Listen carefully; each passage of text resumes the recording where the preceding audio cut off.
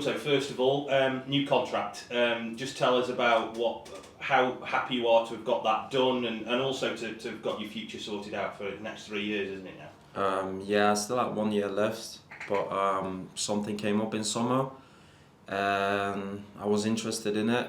But when it got close to being done, I kind of said to the family here and to the board that I don't really want to leave, and that I'm happy here at Port Vale, and if there's an option to stay here any longer, and they were happy that I said something like that, and that's all they wanted to hear. So then we started talking about a potential new deal, and we got it sorted. And that obviously shows the faith that the club have got in you as well. And when you've been fit, you've more or less been one of the first names on the team sheet. So you must feel like you're a proper keystone of the side now. Yeah, that's stuff that gets said in meetings, and like you said, like the faith is there in me, but also from my side towards the club, like it's a big commitment from both sides, because yeah, it is a long time. I am 32 by the end of the month, but I feel young. I feel 27, so I'm just happy to see what the next 3 years are gonna bring and where we can bring the club. It's been a kind of strange 12 months really, because from where you were on New Year's Day, not even 12 months, but from where you were on New Year's Day to where you finished up was hard to describe. A change of manager, you've got all that to go through in the summer. Like you said, there's a lot for people to kind of take in, particularly for a footballer, a lot for you to take in over the past 7 months or so. Yeah, it's a lot for everyone, because even like we're here most of the time, probably more than we're at home. But there are some things that come up that happen behind the scenes what we have no idea about. So I can only imagine how it is for people outside the club, for the fans, and they obviously make up their own stories as well, so I've heard. But a lot happened when the new gaffer took over, like towards the end of the season. He had straightforward meetings with everyone, even in the off-season. And he has a clear plan, and I myself believe in it, and I think that the team believes in it too. I was going to say, well, what influence has he had on you, particularly over the summer, in your decision to sort out a new deal as well? What influence has he been on you? He just we spoke about the fact that he feels and he sees that I want to be a leader in the team, and he gave me a bit more of responsibility and gave me the reins a bit more. And like I said before, like I try to be the link from the staff to the players, and we do have a young team, so I like that role. I want to be that guy that if sometime someone needs some positive energy or a positive word, I try to be that guy. But on the other side as well, if someone needs a kick under the butt, I'm happy to do that. So yeah, he's very clear in everything, and he's a manager who he doesn't want or needs the finished project in players as well.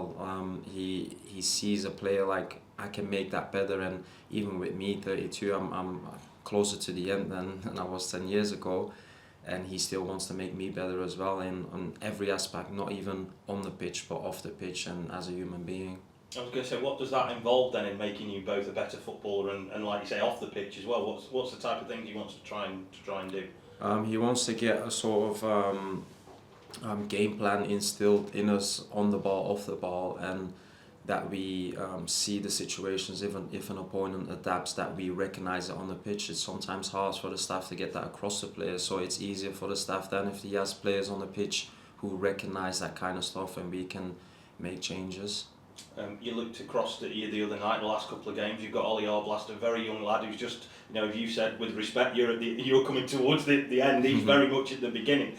Again, with what you've talked about earlier, that leadership role. Do you look across at him and think, well, there's a guy who's just starting out, and I can help him in making his first steps into professional football?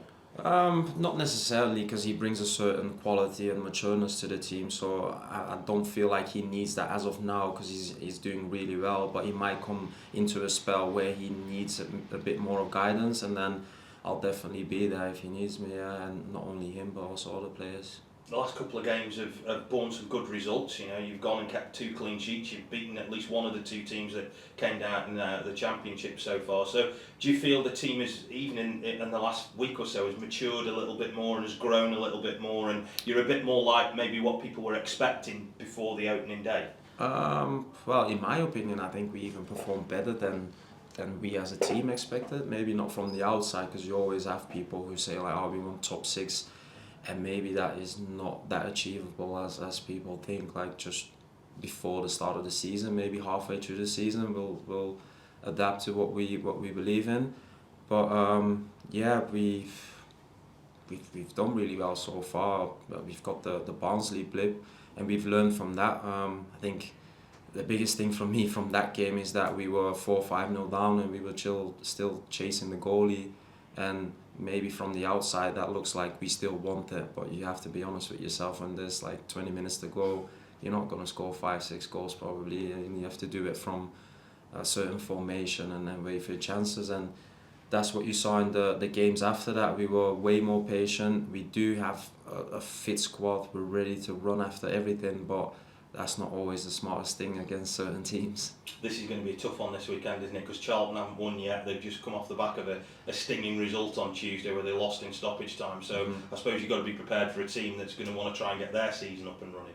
We are prepared, and we as players are prepared, and I believe the staff is prepared. The gaffer gave a compliment the other day to two of the analysts that they spent most of the days at the ground, and they were here until 9 p.m. The day before the Tuesday game, just analysing stuff and giving us the video. So we're doing everything we can, and we just have to get out there on the pitch and perform.